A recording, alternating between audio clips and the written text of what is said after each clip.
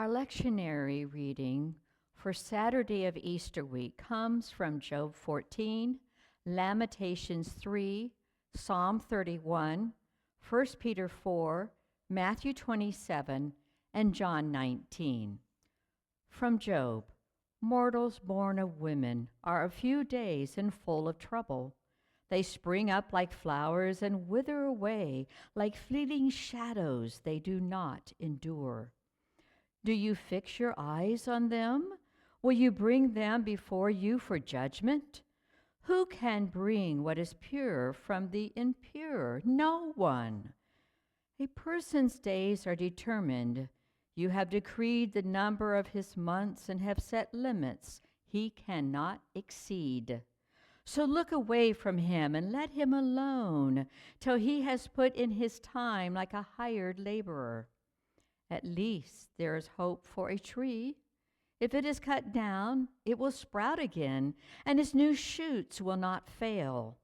Its roots may grow old in the ground, and its stump die in the soil, yet at the scent of water it will bud and put forth shoots like a plant. But a man dies and is laid low. He breathes his last and is no more. As the water of a lake dries up, or a riverbed becomes parched and dry, so he lies down and does not rise till the heavens are no more. People will not awake or be roused from their sleep. If only you could hide me in the grave and conceal me till your anger has passed. If only you would set me a time and then remember me. If someone dies, will they live again? All the days of my hard service, I will wait for my renewal to come. From Lamentations. I am the man who has seen affliction by the rod of the Lord's wrath. He has driven me away and made me walk in darkness rather than light.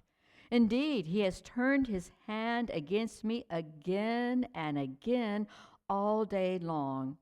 He has made my skin and my flesh grow old and has broken my bones. He has besieged me and surrounded me with bitterness and hardship. He has made me dwell in darkness like those long dead.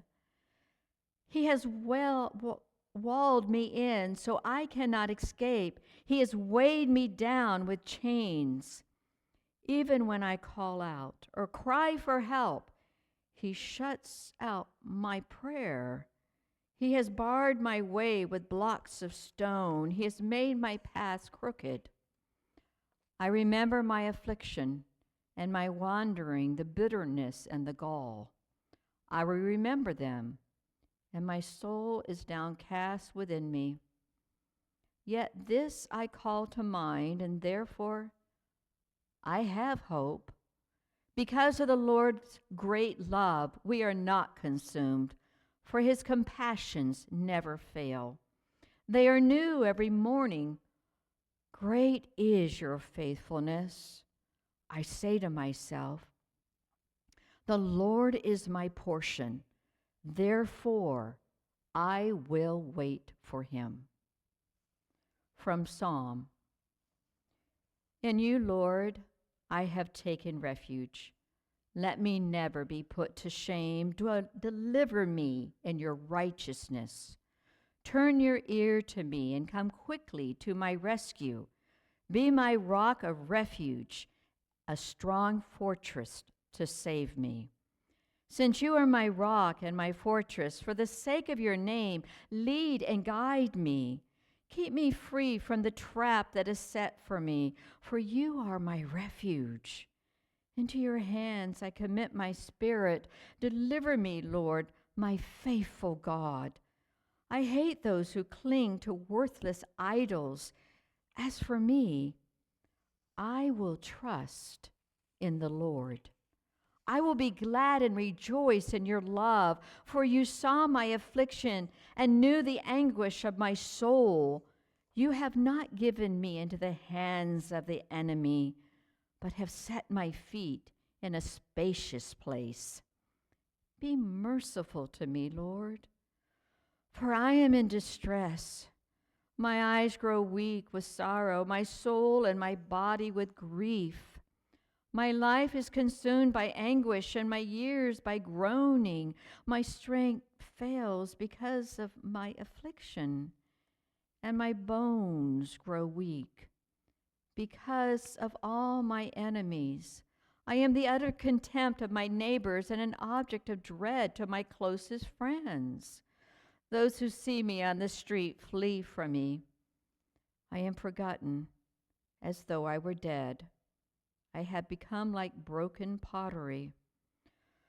For I hear many whispering, terror on every side. They conspire against me and plot to take my life. But I trust in you, Lord. You are my God. My times are in your hands. Deliver me from the hands of my enemies, for those who pursue me. Let your face shine on your servant. Save me in your unfailing love. From 1 Peter.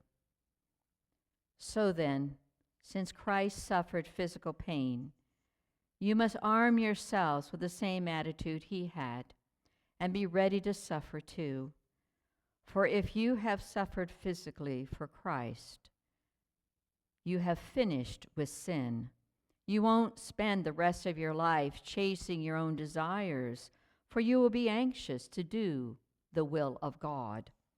You have had enough in the past of the evil things that godless people enjoy, their immorality and lust, their feasting and drunkenness and wild parties, and their terrible worship of idols. Of course, your former friends are surprised when you no longer plunge into the flood of wild and destructive things they do.